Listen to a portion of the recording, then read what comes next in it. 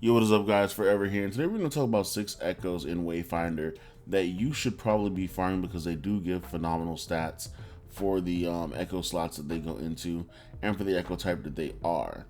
Now, these echoes are farmable, but they do not drop at 100% chance, so you're going to be farming them for quite a while unless you're just very lucky. This event that I'm doing here is the Decoder event in the repository. This is one of the main events you're going to want to do for getting the part of the prerequisite for doing that other event where you're going to be farming the echoes. Now, with this event, you're just going to be putting the decoders into the slots around the room, and you're going to be activating the centerpiece, and you're going to fight the waves of monsters until you get to this guy that I just killed, and you're going to get a bunch of data fragments. If you fight the boss, you're going to get a lot of data fragments. If you end up fighting only a few waves because you only put in 1 or 2 of the echo slots, the decoder slots, then you're only going to get a few of the data fragments. So the more data fragments you put in, the more you get. The more decoders you put in, the more data fragments you get out of it. Simple as that.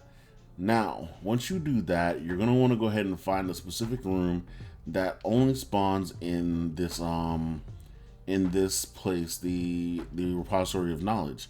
And sorry, I couldn't think of the name of the place. Now, this room is not a 100% spawn rate, so you won't see it every time. I'm not sure what the rates of these rooms spawning are, to be honest, because these events are very random.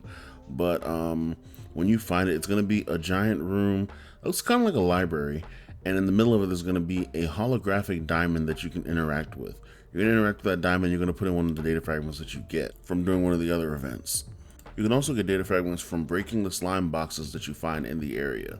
Now, once you put in the fragment, it's going to ask you to start the simulation. What the simulation does is going to summon a bunch of monsters in 3 waves. It's going to be slimes, goblins, and spiders, and the variation of spiders and goblins and slimes vary. There's small spiders, there's large spiders, well, medium-sized spiders and large spiders. There's regular goblins, and then there's archer goblins, and there's small and medium slimes. After those 3 waves, you're going to end up fighting the boss monster that comes from that data fragment, which is whatever data fragment you put in. So the boss I was farming on this one was Veiler's Blood, and you can actually fight Veiler's Blood another way, and that's by breaking the slime cubes. Now, it's a rare chance that he actually spawns from slime cubes itself. However, I am unaware if he drops his echo from when he spawns in the slime cube, because I've killed him about 5 times from the slime cube, and I haven't gotten his echo until I farmed him from here. And don't worry about the fight, it's just a regular slime fight. He doesn't do any special mechanics or splitting up or, any of that extra stuff that the brood spawn does. It's just a regular slime fight, so just go ahead and kill him as fast as you can, and you'll get the echo and be able to move on. So the Veiler's Echo is a cross-type echo that gives you max health and crit power. The Highlands Horror Echo is a cross-type with resilience and crit power. The Silkseer Ashara Echo is a balanced type with resilience and crit power. The Shahul Balehorn Echo is an attack type with ability power and crit rating. And finally, the Riven Maw Echo is a attack type echo with weapon power and break power.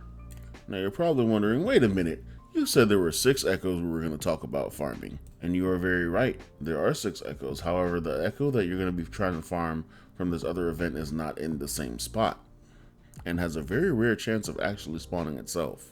However, to find this event, you can actually do this in the Undercroft or into the Repository of Knowledge.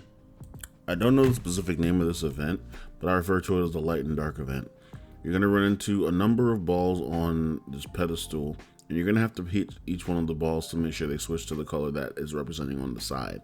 So on this side that I'm working on right now is represented by light, and as you can see on the screen, the other side is represented by dark. You just have to switch the balls around and around until you hit all of them to the right color, and then it'll light up. Once you open that, you'll be able to get whatever the reward is. Out of the almost 100 times I've run the Repository of Knowledge, I've run into this place at least 6 times, and I've only gotten the Equilibrium Echo once, and this is what the Echo does. So when you equip the Echo, it's going to give you plus 30 to your maximum stamina, and because I got it in a rare rarity, I believe that there are other rarities as well. You're just going to have to keep running it until you get it. So if you made it this far in the video, I'm going to give you another event that pops up randomly within the Repository of Knowledge, and out of the 100 times I've run the Repository of Knowledge, once again, I've only seen this event like 4 times. So this one's actually really rare. Now, the event is the Hourglass event. When you pick up the first Hourglass, like you saw in the video, it's going to pop up on the screen that you now have a timer to deposit the 4 Hourglasses in the pedestal. So now you're going to have to find those other 3 Hourglasses since you've already found the first one. All the Hourglasses are going to be within the area before you get to the pedestal and where you found the first Hourglass.